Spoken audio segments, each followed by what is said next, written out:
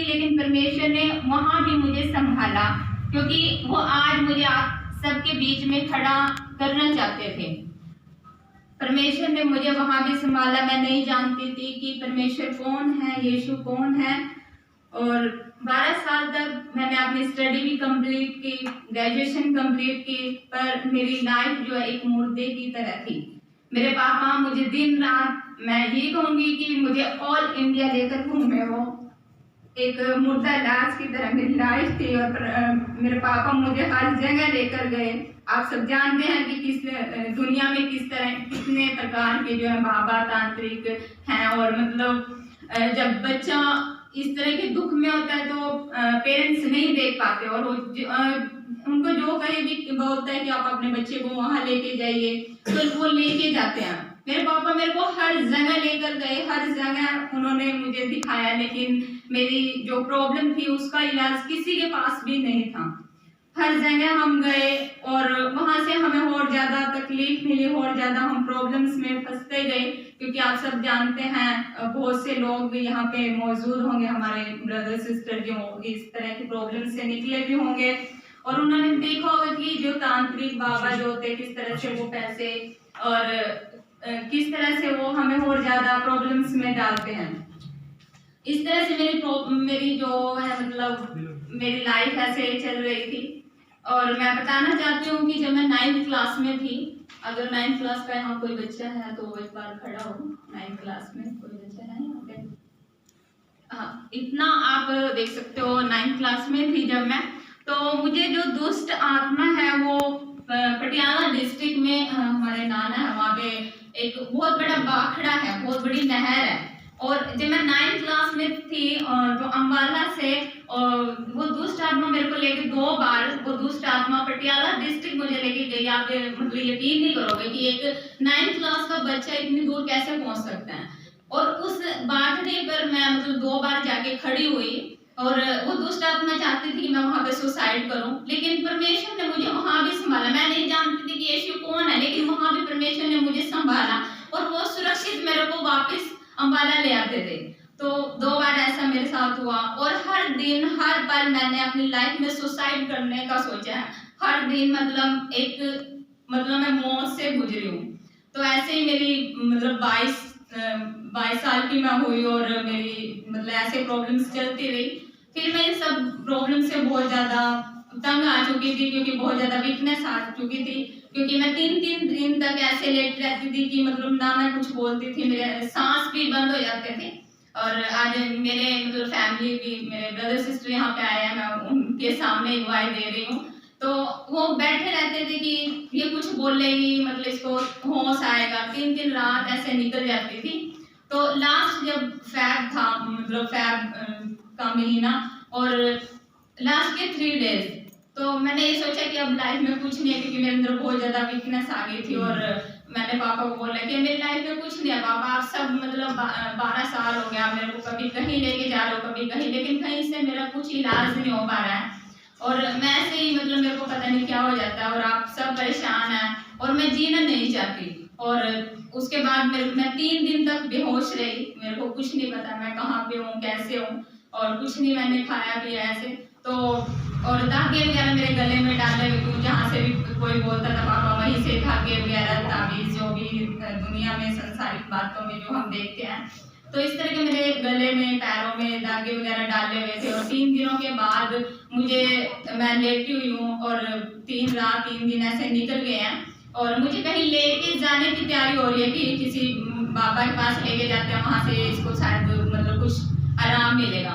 तो एक वैन की हुई थी पापा ने कि इसमें लेके इसको जाना है। और मुझे जो वैन ड्राइवर थे उसने पापा से पूछ लिया कि आप कहाँ लेके जा रहे हो, क्या प्रॉब्लम है बेटी को। तो वो गेट बाहर खड़े थे, मैं अंदर रूम में लेटी हुई हूँ, और मुझे थोड़ा थोड़ा ऐसे मतलब थोड़ा थोड़ा पता चल रहा है कि कोई बात कर रहे हैं ऐसे। तो पापा और वो दोनों बात कर रहे हैं अंकल। तो अंकल ने, पापा ने सारी उनको बताया कि इस तरह से हमारी बेटी को इतने टाइम से प्रॉब्लम है, और हम उसको किसी बाबा के पास लेके जाना चाहते हैं। जो वो अंकल थे वो चर्च में जाने वाले थे, वो काफी मतलब बचपन से चर्च में जाते हैं। तो उन्होंने कहा, बाहर वो खड़े हुए थे, उन्होंने कहा कि एक जिंदा परमेश्वर है जो आपकी बेटी को इन सारी प्रॉब्लम से आजाद कर सकते हैं। और मैं अंदर लेट हुई थी, जब वो उनके वर्ड मेरे कानों में आए जैसे, तो मैं एकदम से खड़ी हो गई और मुझे उम्मीद हो गई कि मैं चंगी हो चुकी हूँ, मैं बिल्कुल आजाद हो चुकी हूँ।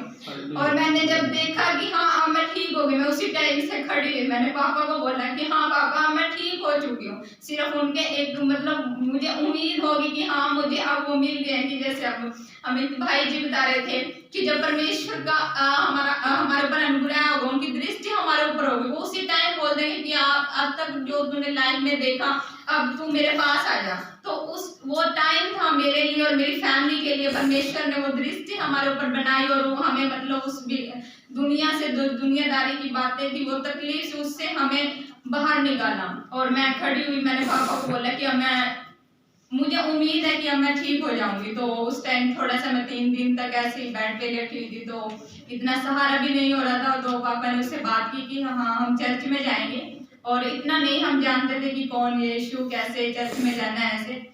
तो पापा ने उनको वहां से कैंसिल कर दिया, उसी टाइम की बाबा वगैरह जो भी थे पापा ने कैंसिल कर दिया और उनको बोला कि आप हमें बताएं इसके बारे में। अंकल ने बताया कि मुझसे बाद हम चर्च में जाते हैं, वहाँ पे हम पास्टर जो है उनसे बात करेंगे और वो पहले आपके घर पे आएंगे, फिर आप चर्च में आना।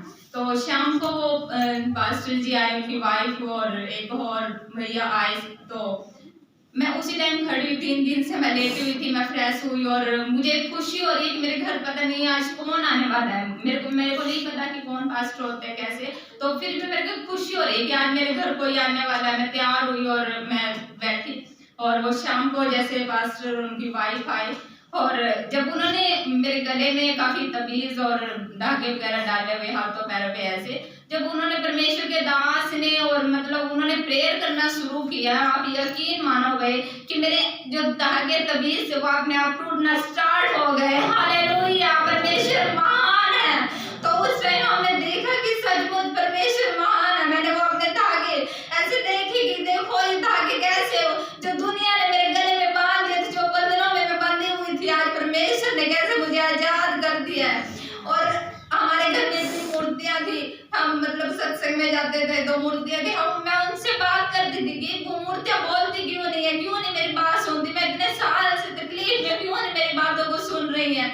और उस दिन हमने मतलब एहसास किया कि सचमुच परमेश्वर है। और मैं और मेरे पापा हमेशा एक ही बात सोचते थे कि जिसने ये पूरी सृष्टि रचाई है, जिसने पूरा ये मतलब कायनात बनाई है, हम उससे मिलना चाहते हैं। और उस दिन हमने एहसास किया कि हमें सचमुच वो मिल गया। मैं ये नहीं कहना चाहती कि परमेश्वर ने मुझे उन बुराइयों से, वो जो मेरे अंदर जो दुष्ट आत्माएं थी उनसे आजाद किया, इसलिए हमने यीशु को ग्रहण किया। नहीं, हमने उस दिन विश्वास हो गया कि सचमुच वो ही परमेश्वर है जिसकी हमें एक तमन्ना थी कि हमें उससे मिलना है। और उस दिन हमने ये नहीं देखा कि उन्होंने जैसे बोला पास्टर जी और उनकी वाइफ ने प्रेयर की और मतलब उसी टाइम में बिल्कुल आजाद हो गई।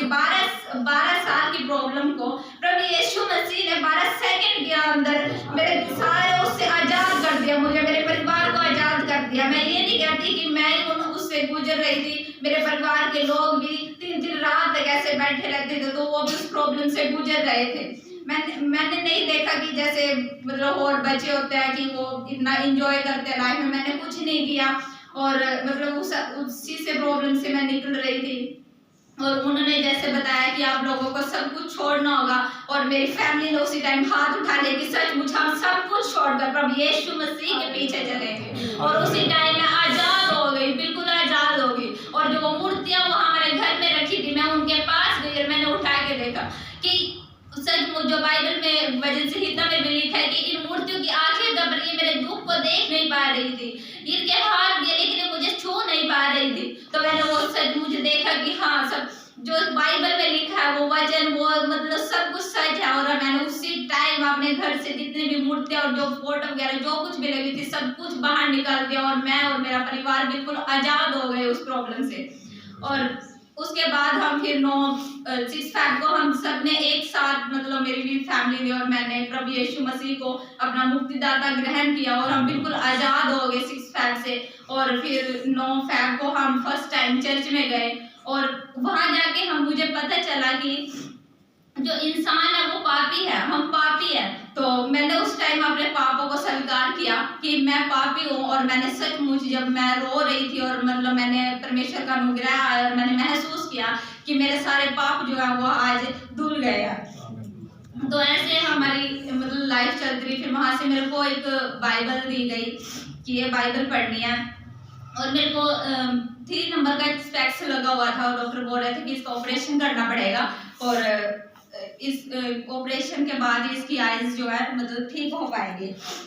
तो मैंने 1 हफ्ते लगातार मैं ऐसे बाइबल पढ़ रही थी और मैंने स्पेक्स लगाए हुए, और मैं बाइबल पढ़ते पढ़ते मेरे को काफी धुंधला दिखने लगा जैसे मैं बाइबल पढ़ रही थी। तो मैंने स्पेक्स उतारा और परमेश्वर महान है कि वो सारे जो उसमें लिखे हुए थे मुझे बिल्कुल क्लियर दिखने लगे, और जो डॉक्टर बोल रहे थे कि इसका ऑपरेशन होगा वो ऑपरेशन सब कुछ जो है मतलब प्रभु यीशु मसीह ने सब कुछ मुझे बिल्कुल आजाद कर दिया और एक मुझे नया जीवन और एक नई रोशनी दी, और मैंने सब कुछ मेरे देखने का जो नजरिया था वो भी नया हो गया। सचमुच पिता महान है, डॉक्टर कुछ नहीं कर सकते और ये दुनिया कुछ नहीं कर सकती, और वो परमेश्वर महान है। और ऐसे ही चलता रहा। और जो मैं बताना चाहती हूँ, जो मतलब ये वीडियो मैंने इसलिए बनवाई थी कि मैं अन्य जाति के लोगों तक ये वीडियो पहुंचाना चाहती हूँ। उन्होंने उस टाइम कहा था कि इन्होंने तो इसलिए अपना धर्म चेंज कर लिया है और ये चर्च जाने लगे, इनको इस गांव से निकालना पड़ेगा और इनका बायकाट कर दिया जाए यहाँ से, और जो है इन्होंने धर्म चेंज कर लिया क्योंकि इन्होंने 17 लाख मिले हैं। मैं बताना चाहती हूँ कि हमें 17 लाख नहीं, परमेश्वर ने ऐसा बना दिया है कि हमारा अकाउंट कभी 0 बैलेंस नहीं होगा। परमेश्वर महान है। तो हमने मतलब पीछे नहीं मुड़ के देखा, क्योंकि हमने देखा कि दुनिया बिल्कुल पीछे हट गई थी उस टाइम जब मैं प्रॉब्लम में थी। तो सिर्फ एक परमेश्वर है वही जो है मेरे साथ खड़े हुए थे। और अन्य जातियों ने यह भी ऐलान कर दिया था, मेरे पापा को बोल दिया था कि आपकी बेटी की कभी शादी नहीं होगी, क्योंकि इसके अंदर जो दुष्ट आत्माएं जो प्रॉब्लम्स हैं मतलब उससे इसकी शादी नहीं हो सकती। और पापा ये डिसाइड कर चुके थे कि जब तक मेरे अंदर सांस है मैं अपनी बेटी को अपने पास रखूंगा और अपने सहारे पर इसका पालन पोषण करूंगा।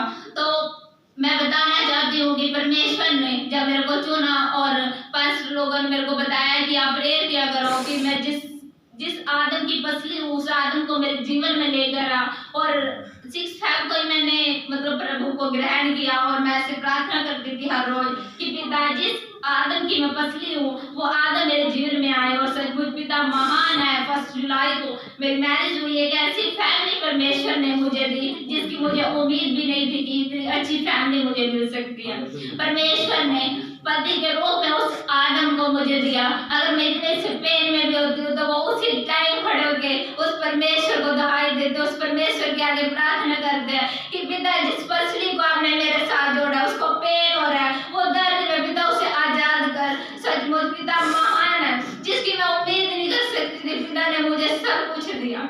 माँ के रूप में पिता ने मुझे वो सांस दी। मेरी मम्मी एक्सपायर हो गई थी, उसके बाद मुझे बहुत कमी महसूस होती थी कि मेरी मम्मी नहीं है, लेकिन बिल्कुल मेरी जैसी मम्मी थी जैसे जिसके गर्भ से मैं पैदा हुई वैसी सांस परमेश्वर ने मुझे दी, जो बिल्कुल ही मतलब मुझे अपने बच्चे की तरह रखती है।